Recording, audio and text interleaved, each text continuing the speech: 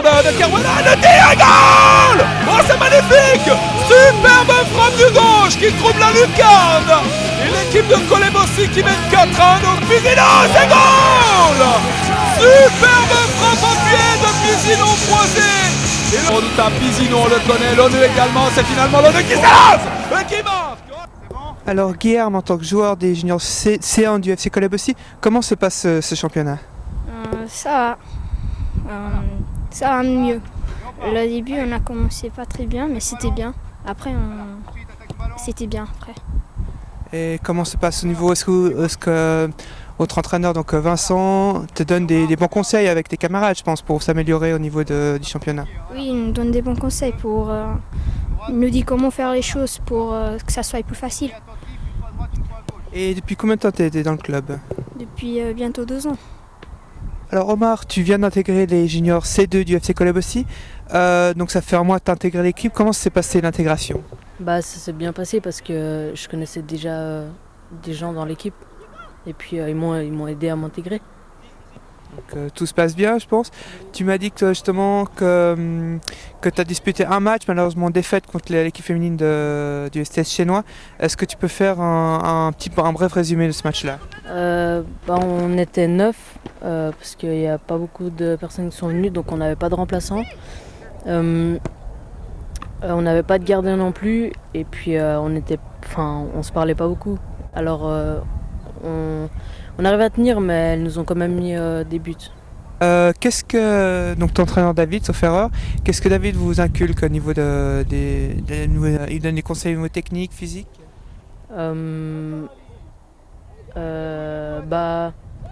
Moi je sais pas vraiment, mais par exemple avant j'étais défenseur, puis il essaye de me mettre plutôt en attaque et il me donne des conseils pour que je sache quoi faire en attaque et puis voilà. Et est-ce que pour la suite, tu aimerais continuer, je pense, faire du football, voire te performer au niveau du footballistique, on va dire? Oui, j'aimerais bien continuer en attaque parce que j'ai jamais essayé et puis j'aime bien. Et je pense que je vais continuer le foot aussi. Et marquer des buts. Oui, marquer des David buts. et Vincent, en tant qu'entraîneur des juniors de la volée C, C1 et C2 respectivement du FC Colebossi, d'abord est-ce qu'on peut dire un petit mot sur ce championnat, comment se passe le championnat des C? D'abord toi David. Je pense à laisser l'honneur au plus vieux. Voilà, alors Vincent. On va y aller. Non, ça se passe moyennement bien. On n'a pas fait de très bons résultats, mais on n'a pas non plus l'équipe pour. Je pense qu'on n'a pas beaucoup de joueurs. On va dire qu'on aurait mieux fait de faire une équipe de C au lieu de 2, en tout cas au deuxième tour. Parce qu'on voit qu'on doit aller piocher à gauche, à droite pour chaque match. On est en moyenne à aller 10 par match, donc c'est un peu compliqué de faire des résultats comme ça. Donc on est avant-dernier, après pour ceux qui jouent en tout cas, ils font ce qu'ils peuvent. C'est un peu malheureux ça qu'on n'est pas assez quoi. Effectivement, donc on va dire que je pense les résultats sont entre guillemets plutôt anecdotiques. Il faut vraiment, je pense, les améliorer, donner des conseils pour qu'ils s'améliorent. Ouais, bien sûr, je pense que c'est la formation tout d'abord. Les résultats, comme on dit, viennent après, mais le plus important c'est d'essayer de faire quand même du jeu, qu'ils prennent du plaisir. Après les résultats viendront au fur et à mesure. Et tu partages ta vie, David? Je le rejoins assez. C'est vrai que même si le résultat n'est pas ce qu'on recherche en premier, le fait qu'on soit à chaque fois aux entraînements entre 6 et 11 fait que c'est difficile déjà de créer quelque chose, de leur donner des bases. Et quand on se retrouve en match, la plupart du temps d'être à 9, au bout de 40 minutes de jeu, voire si on a de la chance 60 minutes, ils sont morts sur le terrain physiquement. D'accord. Et du coup, malheureusement, c'est dur de travailler quelque chose et d'avoir une progression qui se fait. Donc là, on a de la chance pour samedi prochain d'avoir pu aller piocher un petit peu chez les D pour pouvoir avoir des effectifs qui arrivent à 11 pour le match. Mais c'est vrai que pour avoir une véritable progression avec nos jeunes, ça serait bien d'arriver à être plus souvent 11. C'est vrai qu'on a des effectifs, je sais pas pour toi, mais moi j'ai un effectif où je suis censé en avoir 17. Okay. J'en ai jamais vu 17. D'accord. Mais est-ce que tu as remarqué une amélioration depuis le début du championnat? Alors oui, il y a pour pas mal de joueurs et joueuses, comme j'ai une équipe qui est mixte. Juste. J'ai une prise de confiance pour pas mal de joueurs qui commencent à oser petit à petit. Donc avant, ça tapait un petit peu dans le ballon pour s'en débarrasser. Et c'est vrai que bon, nous on est dans le deuxième degré, et le fait de tomber certaines fois sur des équipes féminines, surtout pour nos filles, ça leur a permis de prendre confiance en elles et puis d'aller jouer, d'aller oser un petit peu plus le contact. Et ça, par contre, c'est très positif. Donc de bonne augure pour la suite.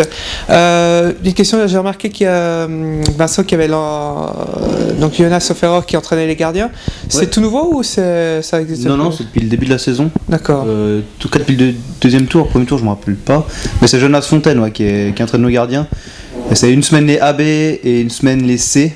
Et mais c'est vrai que c'est important pour nos gardiens. Je pense que c'est vrai que nous avec nos entraînements qu'on fait, je sais pas si tu me rejoins là-dessus, mais c'est vrai qu'on fait des entraînements surtout pour nos joueurs. Après oui, on fait des frappes, ils n'ont pas vraiment les bases qu'il faudrait avoir. Donc Jonas c'est important pour nous.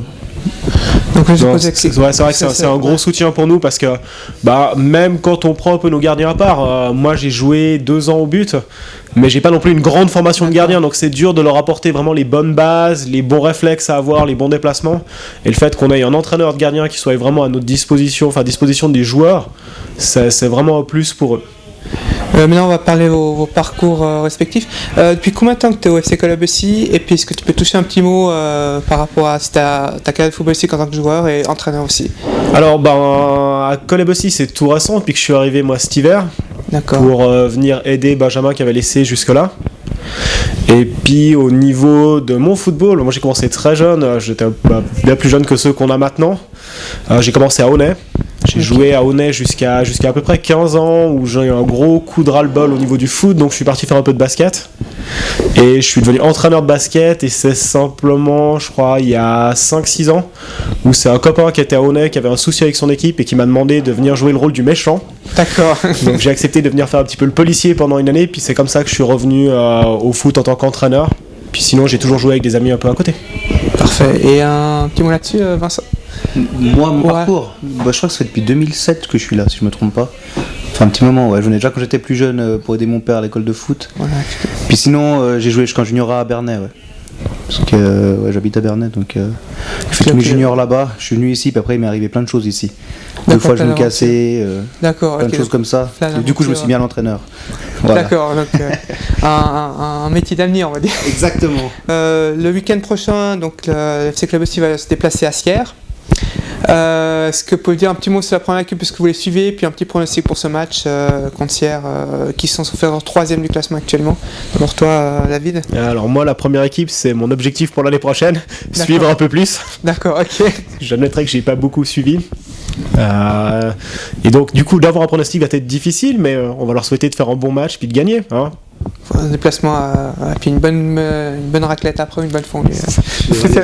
La 3e mi-temps doit être gagnée toujours. Voilà, exactement, tout à fait. Et toi, Vincent? Moi je suis pas non plus énormément je suis les résultats mais pas énormément les matchs, je suis pas venu voir beaucoup. D'accord. Mais allez, on va dire qu'ils vont gagner 3-1. Ça pourrait être pas mal. D'ailleurs, l'autre fois, l'entraîneur, donc Pierre-Yves avait dit que beaucoup de gens disent que le FC Collabossy joue comme un club valaisan, donc espérons que ce soit. Vrai. Voilà, donc beaucoup. Voilà, donc ça va être un gros choc. Voilà. Ok, merci beaucoup et puis bonne rentrée. Merci. Alors Merci à Ben toi. et Nicolas, bienvenue sur cet 11e épisode de l'avant-match. Tout d'abord, on va avoir un petit mot pour Johan. Malheureusement, il s'est blessé gravement, donc il devait être présent aujourd'hui. Avec toi, Ben, pour participer à l'émission. Je remercie d'ailleurs Nicolas de remplacer au pied levé. Un petit mot pour lui. Je pense qu'il va nous suivre l'émission depuis l'hôpital, enfin j'espère. Ouais, donc on lui souhaite tous un bon rétablissement. On est passé le voir chacun son tour à ceux qu'on pu dans la semaine pour le voir. Il s'est fait opérer hier, si je me trompe pas, ça s'est bien passé. Maintenant, on lui souhaite le plus prompt rétablissement de toute l'équipe. Ouais, un bon rétablissement, Johan, et puis voilà quoi, un bon rétablissement quoi. Non, on est sûr qu'il va revenir très vite sur le terrain. Très fort. Et puis en soirée aussi, je pense qu'il va revenir très fort aussi. C'est surtout son point fort quoi. Ouais, c'est le vendredi soir et le samedi soir. Donc voilà, Johan, si nous entend un bon rétablissement, puis il revient nous le plus rapidement possible, même si on sait que je pense que la saison est terminée pour lui, mais pour la saison prochaine, qu'il revient dans l'équipe et je pense qu'il va rester au Collabossy, puis que c'est sûr. Voilà, un petit mot de soutien pour lui. Maintenant, on va passer donc au match de vendredi soir. 4-0, c'est fabuleux. D'abord toi, Ben. Ouais, c'est vrai que c'était pour moi ma première victoire. Je suis content de l'état d'esprit, de la combativité, Bon, au niveau du jeu, c'est vrai qu'il n'y avait pas trop de fond de jeu, quoi. C'est vrai que c'était beaucoup de boum devant, mais c'est vrai que c'était une belle victoire au final, quoi. Une belle victoire de groupe, quoi. Nicolas, vous marquez au bon moment, à la 3e minute et juste avant la mi-temps. Ouais, c'est alors Marcos marque ses 2 buts super importants. On entame bien le match, on a été vite récompensé. Ces derniers matchs, ça a peut-être pas joué à ce niveau-là. Et ensuite, on a essayé de gérer notre avantage pendant toute la mi-temps. On a 2-3 situations chaudes pour eux qu'ils n'ont pas mises dedans. Donc finalement, on met ce goal juste avant la mi-temps de la meilleure des façons, quoi. Qu'est-ce qui a réussi dans ce match-là et ce qui a manqué au match précédent? D'abord toi, Nicolas. De réussite devant les buts. Déjà ça, on a marqué vite et ensuite on a été solidaires tous ensemble. On avait déjà eu des prémices contre Stade Lausanne, mais on est tombé sur une très bonne équipe. Et puis là, à mon avis, on a fait tout juste contre Bernay. Et Ben, t'avais plus de réalisme dans ce match-là? Oui, on a eu beaucoup plus de réalisme, puis on a été aussi beaucoup plus costaud, quoi. Je veux dire qu'au niveau tactique, athlétique, je pense qu'on a été beaucoup meilleur qu'à Stade, quoi. Donc ouais, c'est vrai que contre Bernay, c'était un match solide, quoi. C'était vraiment intéressant, quoi. C'était vraiment beau à jouer, quoi. Ouais, donc un très bon match, plaisir pour le public, surtout du spectateur du FC Coleb aussi.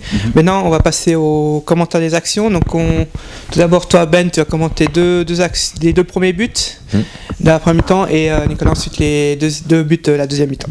Alors, c'est un non-dégagement de Desroisies sur une déviation de Sanchez, et puis Gus, on sait pas d'où il arrive à mettre son pied droit, et puis il frappe de Linares sans faire exprès, mais il met un joli but quand même.